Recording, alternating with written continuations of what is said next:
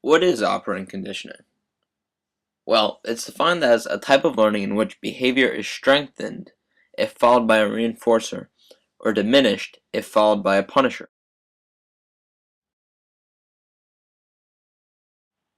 Are you confused? A reinforcer is basically a reward given to a subject after it performs a desired behavior.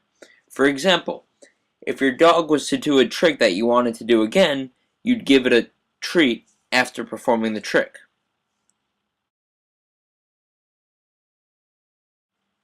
Giving the dog a treat after performing a trick would be an example of positive reinforcement. Positive reinforcement is when something is presented after the response. The response would be the trick, and the positive reinforcement would be the treat. Negative reinforcement, on the other hand, is when something bad is removed so that the subject repeats the desired response. An example of negative reinforcement would be if a teacher gave no homework after finding out that all the students did good on a test. In this case, the removal of homework would be the negative reinforcement, and the desired response would be good test grades. Now let's talk about punishers. A punisher is basically the opposite of a reinforcer. As we saw before, a reinforcer tries to increase behavior, but a punisher tries to decrease it. Just like reinforcers, there are two types of punishments. The first type is positive punishment. Positive punishment is basically something that is done after a behavior that will stop that behavior from happening again. An example of a positive punishment would be a policeman giving a driver who disobeyed the laws a ticket. In this case, the ticket would be the positive punishment, and the undesired behavior would be disobeying the law. Negative punishment, on the other hand, is when something the subject likes is removed, so that the subject no longer does the undesired behavior. An example of this would be when a parent grounds their child.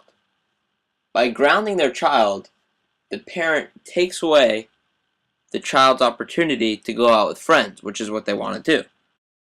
The parent does this so that the child will no longer break their rules. Now that we know the basics of operant conditioning, we may ask, who came up with it? The answer to that is B.F. Skinner. Skinner was a 20th century psychologist who coined the term operant conditioning in 1938. Perhaps Skinner's most memorable experiment was his operant chamber, also known as a Skinner box. In this box was a rat that would push a lever to receive a reward. This reward was either food or water. There was also a device that would record the rat's responses. After a while, the rat learned that pushing the bar would leave him with a reward of either food or water.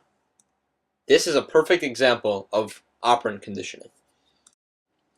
In this example, the behavior would be pressing the lever, and the reward or the positive reinforcement would be the food or the water.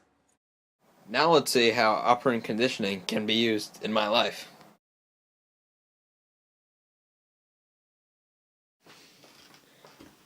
Hey Dad, can I stay out late tonight? Nope, school night. Now let's see if I can use operant conditioning to change his mind. Hey Dad, can I stay out till 11 tonight, please? No. Please? Why? All right. You can go ahead. Here you go. Oh, thank you.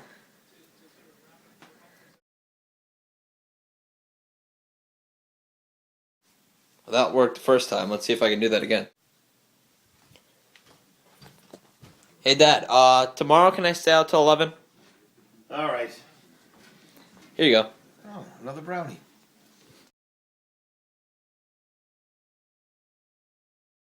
Well, that seemed like it worked. Let's see how far this can go. Hey, Dad. Saturday night, can I stay out? Alright, just stay out whenever you want. Here you go. Oh, another brownie. Thank you so much. With the usage of brownies as positive reinforcement, I was able to get my dad to let me stay out till whenever I want.